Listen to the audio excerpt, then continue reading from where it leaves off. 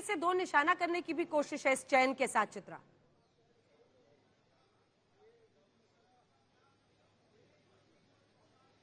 बिल्कुल, एक तीर से दो निशाना ही करने की कोशिश है। देखिए, अरविंद केजरीवाल खुद एक बड़ा चेहरा है। पिछले 2013 से लगातार वो मुख्यमंत्री हैं। और अंजना, सारे विरोधी दलों की बातें एक तरफ, लेकिन हमको ये नहीं भूलना होगा कि भारतीय राजनीति में आम आदमी पार्टी इकलौती ऐसी पार्टी है जो इतने कम समय में न सिर्फ दिल्ली की सत्ता में इंटैक्ट रहती है। देखिए, 62 सीटें, 67 सीटें लाना, ये अपने आप में ह्यूज मैंडेट है।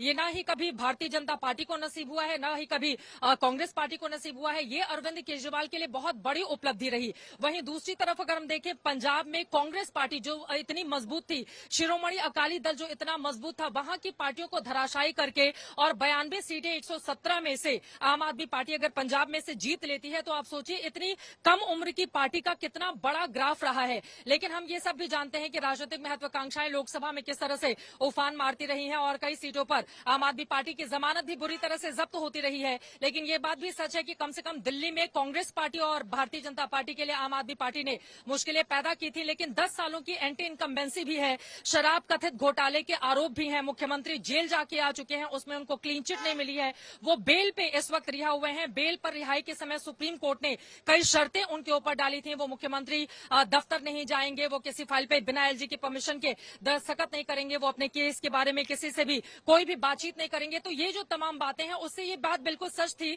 कि उनके पास पर तो है लेकिन वो उड़ नहीं सकते हैं। मतलब एक तरह से सुप्रीम कोर्ट ने उनके पर काट दिए थे। तो ऐसे में वो सिर्फ नाम के मुख्यमंत्री बने रह गए थे। यही कारण रहा कि उनको एक नया मुख्यमंत्री दिल्ली के लिए चुना जाना रहा, क्योंकि जब आप चुनाव में जाएंगे तो यकीनन दिल्ली के लोगों के लिए आपको बताना होगा कि आम आदमी पार्टी कौन से वायदों के साथ क्या क्या घोषणाएं करके, अब महिलाओं के लिए कहा जा रहा है कि बहुत जल्द आम आदमी पार्टी की ओर से कुछ बड़ी घोषणाएं की जा सकती हैं। आतिशी को एक महिला को मुख्यमंत्री बनाकर वो एक बड़ा दांव चल सकते हैं ताकि दिल्ली की आधी आबादी को अपने पक्ष में कर लिया जाए। इसमें वो कितना कामयाब होंगे। और भारतीय जनता पार्टी के पास देखिए दो बड़े मुद्दे हैं। पहला बड़ा मुद्दा कथित शराब घोटाला मामले का, जिसमें बेल पर वो बाहर आए हैं, उनको क्लीन चिट नहीं मिली है, इस बात को हमें मानना होगा। वहीं दूसरी बात, उनके घर को लेकर बार बार जिसको शीश महल कहते हुए और इतने करोड़ रुपए लगा दिए, जो वैगनार से चलते थे, जो 2 कमरों के फ्लैट की बात करते थे, वो अगर इतने आलिशान घर में रहते हैं, तो इसको मुद्दा बनाकर अगर भारतीय जनता पार्टी चुनाव में जाएगी तो वो लोगों के मन में कितना इम्पैक्ट डाल पाएगी, ये बड़ा सवाल बना हुआ है। लेकिन हाँ, आतिशी के नाम का दांव चलकर महिला वोटर्स पर बड़ा इम्पैक्ट डालने की कोशिश, युवा वोटर्स पर बड़ा इम्पैक्ट डालने की कोशिश अरविंद केजरीवाल की ओर से की गई है। बाकी दिल्ली की जनता को फैसला करना है, क्योंकि 10 सालों का जो एक सत्ता विरोधी लहर होती है उसका भी सामना यकीनन उनको करना पड़ेगा। कुल मिलाकर दिल्ली की जो पॉलिटिक्स है वो अपने आप में दिलचस्प होने जा रही है। आप देखेंगे अंजना, 18 तारीख को जम्मू कश्मीर में वोट डाले जाने हैं पहले चरण के, हरियाणा में विधानसभा के चुनाव 5 तारीख को हैं। लेकिन उन दोनों राज्यों की चर्चा बहुत कम हो रही है, सिर्फ और सिर्फ दिल्ली की। तब से चर्चा हो रही थी कौन बनेगा मुख्यमंत्री, क्या करेंगे अरविंद केजरीवाल, बीजेपी के लिए कितनी मुश्किल होगी।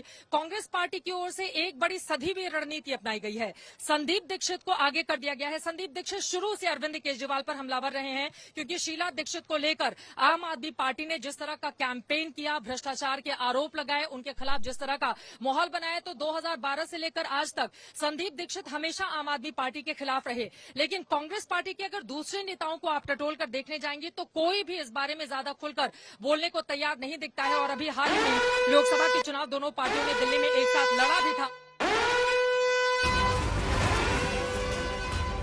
तो चलिए, एक और खबर आ रही है, आपको वो बता दें। विधायक दल की नेता चुनी गई है आतिशी। आतिशी होगी दिल्ली की नई मुख्यमंत्री। 43 वर्षीय आतिशी पहले से शिक्षा मंत्रालय, पीडब्ल्यूडी, टूरिज्म, बहुत सारे कल्चर, बहुत सारे मंत्रालयों को देख रही है। सबसे ज्यादा मंत्रालय संभालने वाली वो अरविंद केजरीवाल की सरकार की मंत्री हैं। और आतिशी अब अगली मुख्यमंत्री दिल्ली को आम आदमी पार्टी के विधायक दल की बैठक से मिल गई हैं।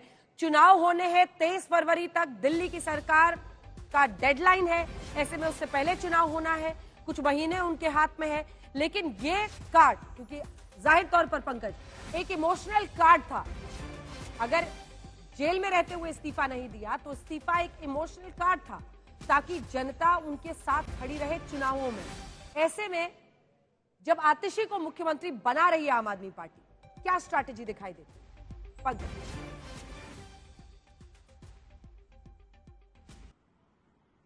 जाहिर है देखिए कि काफी फैक्टर काम किए आतिशी को मुख्यमंत्री बनाने के लिए और सबसे अहम बात है कि दिल्ली का महिला वोट बैंक जिस तरह से कई ऐसे मुद्दे हैं जिसे लेकर आम आदमी पार्टी का घेराव हुआ और सबसे बड़ा फैक्टर था भरोसे का।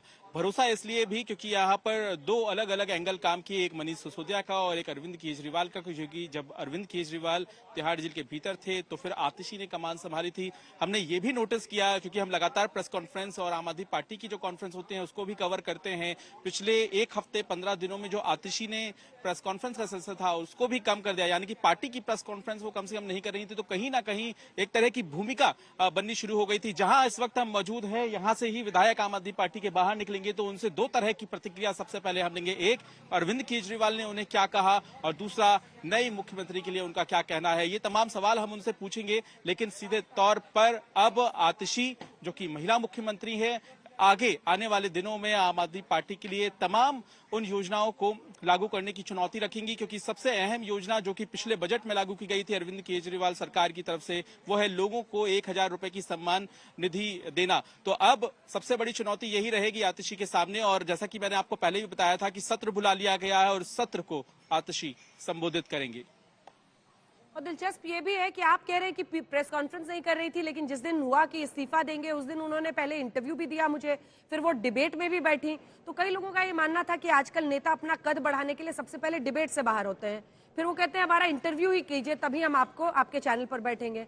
लेकिन आतिशी इंटरव्यू भी दे रही थी, डिबेट में भी बैठ रही थी, तो मतलब कुछ संदेह पैदा करने के लिए भी कुछ कुछ कदम उठाया जा रहा था, ऐसा लग रहा था। जैस्मिन शाह, इसका आप जवाब दीजिए।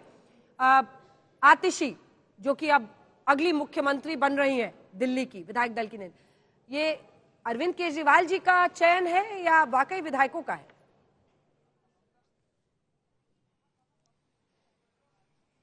आपने जो बात कही उस पर टिप्पणी कर दूं। आपको बहुत अचंभा हो रहा है कि ऐसा कैसे है कि जो आज मुख्यमंत्री घोषित हुई है वो कल तक तो डिबेट्स दे रही थी, आमतौर पे सबसे बात कर, यही तो आम आदमी पार्टी की खूबी है। यहाँ पे हर व्यक्ति आम आदमी पार्टी का एक कार्यकर्ता है, और जो जिम्मेदारी दी गई थी, मुझे नहीं पता है कि आतिशी जी को खुद को पता था कि उन्हें उनका नाम लिया जाएगा, लेकिन जो जिम्मेदारी मिलती है हम वो पूरा करते हैं। और वो भी जानती हैं, दिल्ली के सारे लोग जानते हैं कि दिल्ली के लोगों का प्यार, उनका जो मैंडेट है वो अरविंद केजरीवाल जी के साथ है। तो उनके ऊपर अब निश्चित तौर पर बहुत बड़ी जिम्मेदारी आएगी कि जितने काम अरविंद केजरीवाल जी ने 10 साल में ऐसे ऐसे काम किए जो किसी भी देश की किसी सरकार ने नहीं किए, और हर दिन एलजी ने डंगा लगाया, भाजपा ने डंगा लगाया, लेकिन ये सारे काम जारी रहे, तो निश्चित तौर पे एक बड़ी जिम्मेदारी रहेगी।